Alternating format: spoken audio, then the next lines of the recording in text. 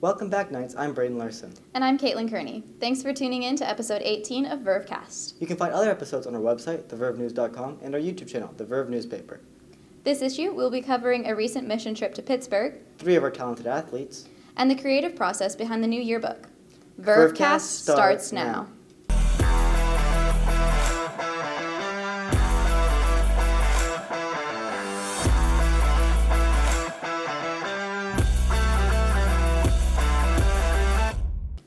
Our first story covers the mission trip to Pittsburgh. Learn more from Matthew. Thanks, Braden. For 6 days during April, a team of high school students from First Baptist Woodstock traveled to Pittsburgh, where they partnered with an organization called Send Relief. They organized a block party, sorted donated clothes, worked in a homeless camp, and helped renovate a church. So we went around to the neighborhood surrounding the church, and we handed out flyers for their block party.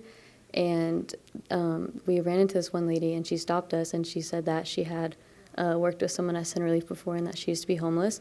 And her story just really impacted me. She told us her whole story of how she became homeless. She said she would walk on the streets and she would look at homeless people and she wouldn't really see people. And she'd just keep walking. She didn't really care for it. And then she became homeless. And she just said that God really humbled her.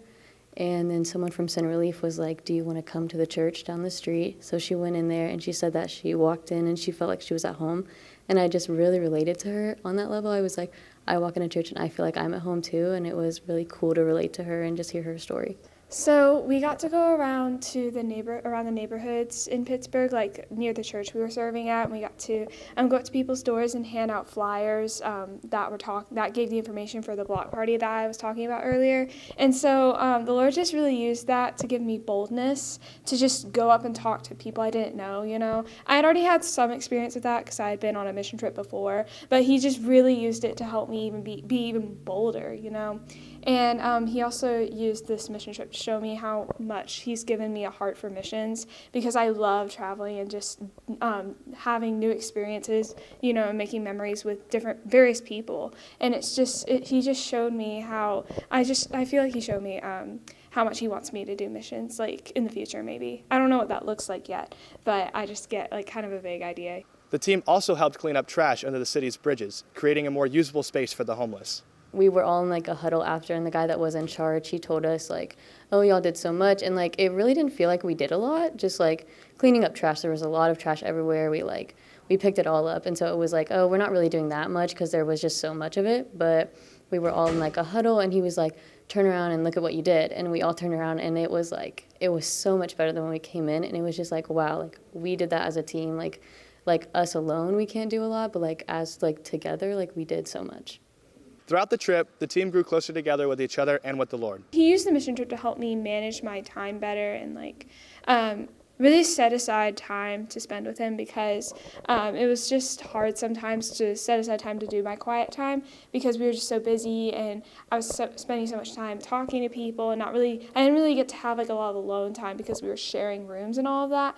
But the Lord just really worked it out and just gave me that discipline to do it most of the days I was there. By working together, the team made a great impact for Christ. Back to you, Braden.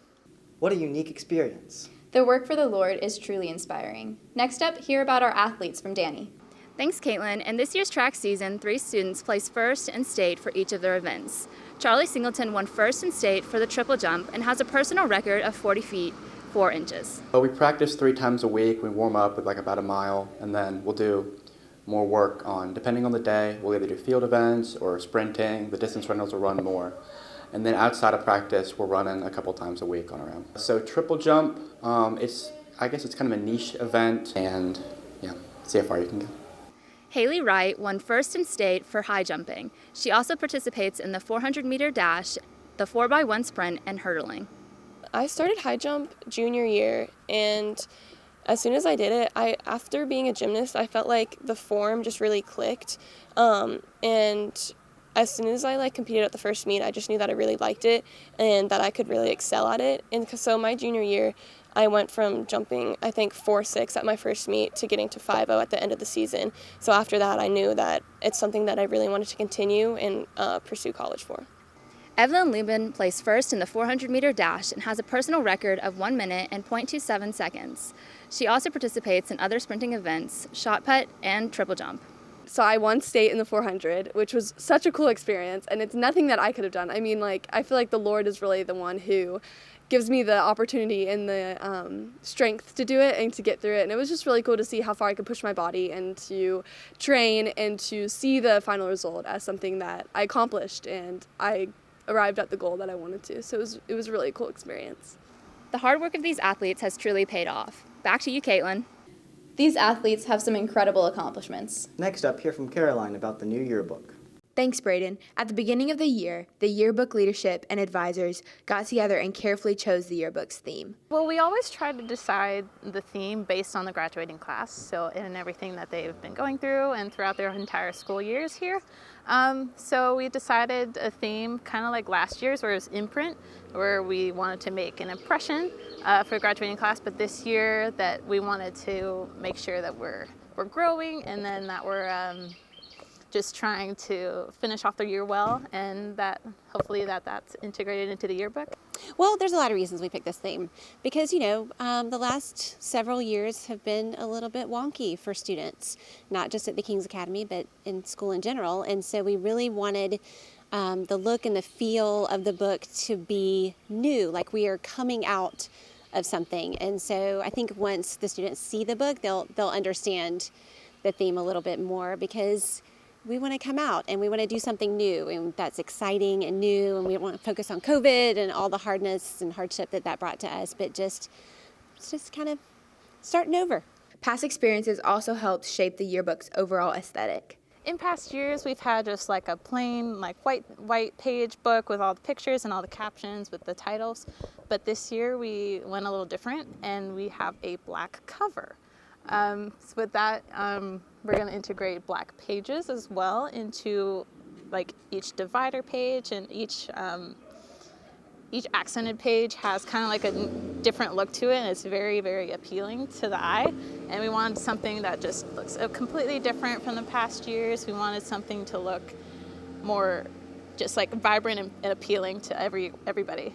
Several additions have been added to further reflect the student body. So we did a spring supplement this year. That's new. We don't do that every year. So that captures everything that happens in spring. We actually turn our book in at the beginning of March. So we're not always able to capture all the spring sports or the dances. And I'm really excited because this year the students are going to get to see a few pictures of this year's prom. And that never happens in the yearbook. So I'm very excited about that. I'm also just excited that the students get to get it. I think it's one of the highlights of the school year is opening up a yearbook and seeing all of the fun things that happened this year and the memories. And this year's book is full of different polls and questions. And so there's a lot of interactive student-led data that is super fun. And I think they're going to love it. So I can't wait to see their reaction. The yearbook staff has done an amazing job of commemorating the school year. Back to you, Brayden. I know yearbook staff's hard work has made a memorable impact on the students. That's all for today, Knights. Remember, you can find all things Vervecast by visiting thevervenews.com, our YouTube channel, or scanning the QR code in our paper. Also, don't forget to read more about the topics we covered today and others in issue 5 of our paper. Thanks for watching, and remember, The Verve is your voice.